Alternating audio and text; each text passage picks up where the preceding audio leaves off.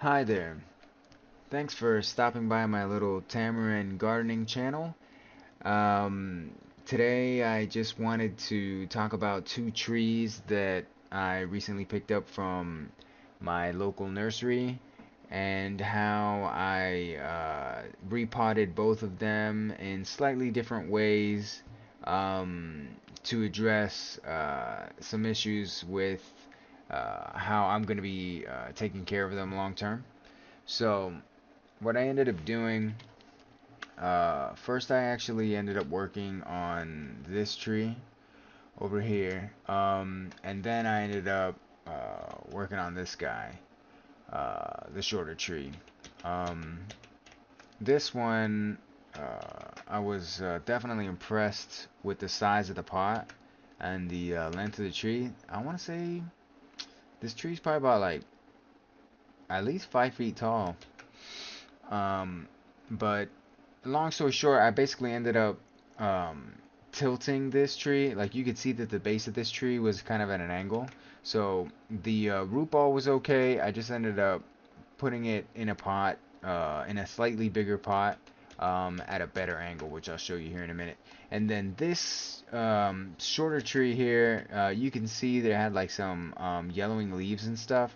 Um, when I inspected the root ball a little bit closer, it was obvious that the tree was a little bit waterlogged, like not severely, but enough to be a problem, and that I was gonna have to address that. So, um, what I also ended up doing too is I got soil from my local nursery. Actually, I think it was the same day or a different day, but this is the root ball from that taller tree. They told me that they personally grew that taller tree. The other tree is from a different grower.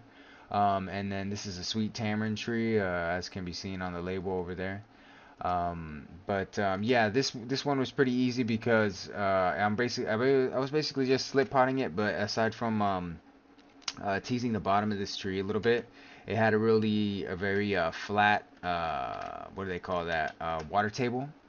So I just had to tease it a little bit, give it a little bit of shape, make sure it makes good contact with the fresh soil. So, and you can see here that I took a little bit off of. I used a little rake to take some soil off. Slightly different picture there, and then ended up using the that expertly mixed gardening soil there uh, in the pot that I put it in. And then you can see it here, just showing again that I got the angle really good, and it had a post in there before, a bamboo stick, helping the tree stand up straight. But the way that I'm repotting it and the amount of soil that I put in, like I get a lot of soil in there, and I tap the sides of the pots pretty good to make sure that the soil falls in well and the trees get really well settled in their pots. Um, so, oh yeah, and then you can see also like I garden over the top of a garbage bin. Just a side note, and I have soil inside of there.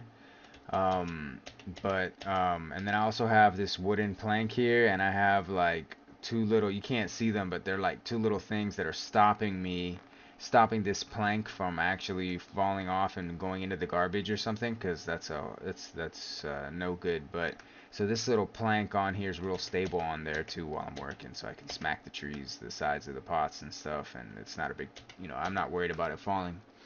Um, so then that was it. That was all that I did with this tree. This tree, I just like this with no post and just the base of the tree very well potted and stable in there. It's been in my garden for the last 2 weeks like that. So then I moved on to this tree. This tree was a little bit harder because I ended up having to just remove all the soil and put a whole fresh batch of soil for that because I wasn't gonna put I'm not putting I don't put these trees in the ground. I'm raising them in pots. Um, so the soil mixture that this had, it just wasn't gonna do. Um, you could see this is the leaves a little bit up close, so you could just see why I had to do it. Um, the Especially right there, you can see that. I think that the white residue, I don't think that that was a fungus. I think that that was from sprinkler system. Um, But in any case, yeah, these leaves, when I touched them, they just fell right off. So and those are on the inner, like on more on the inside of the foliage mass. So that tells me that it was the inside of the root ball, the inside of the cylinder here that is not breathing probably, and then it's getting a little bit more air out here. So, oh yeah, and you can see here too that it's it's a sandy soil mix and whatnot, and there was like wood chips in there. I didn't take a close-up picture before I started removing the soil, but it was not. It was gonna be fine for putting it in the ground, but not a good enough mix for having good drainage in a pot. You can see right there's like there's nothing added to the soil mix, I think, aside from sand to increase drainage. There was some like wood chips and sawdust, but yeah, excuse my yawning. Uh, yeah. So what I ended up doing is I gave this guy a plunge. Um, and also, of course, I used my rake, but I was being gentle. I was not ripping up the roots and stuff. The roots are still intact, and that's why I used the water too, to keep the roots intact. So I dunked it in there, and then I also grabbed my hose to gently wash off the soil. Um, so there you can see I got it all off, and then I knew, okay, so I got all the old soil off, and I used the old soil for my sand to edit. I mean, excuse me, for my grass. So I didn't just waste it or anything. But then I was gonna from here, the job was to pack fresh soil. So I grabbed the same soil, that expertly mixed soil from my local nursery, and started packing that in there. Um, yeah, and before getting it into a new pot, and I just put it back into like a new pot that was a relatively like the same size, because I want the tree to get bigger. So I could have put it in a small pot, but it seems like it's a really healthy tree, and especially like it was doing well in conditions that were not very ideal. So now I think that whether this tree got put in the ground or this treatment that I'm giving it here, it needed to be repotted.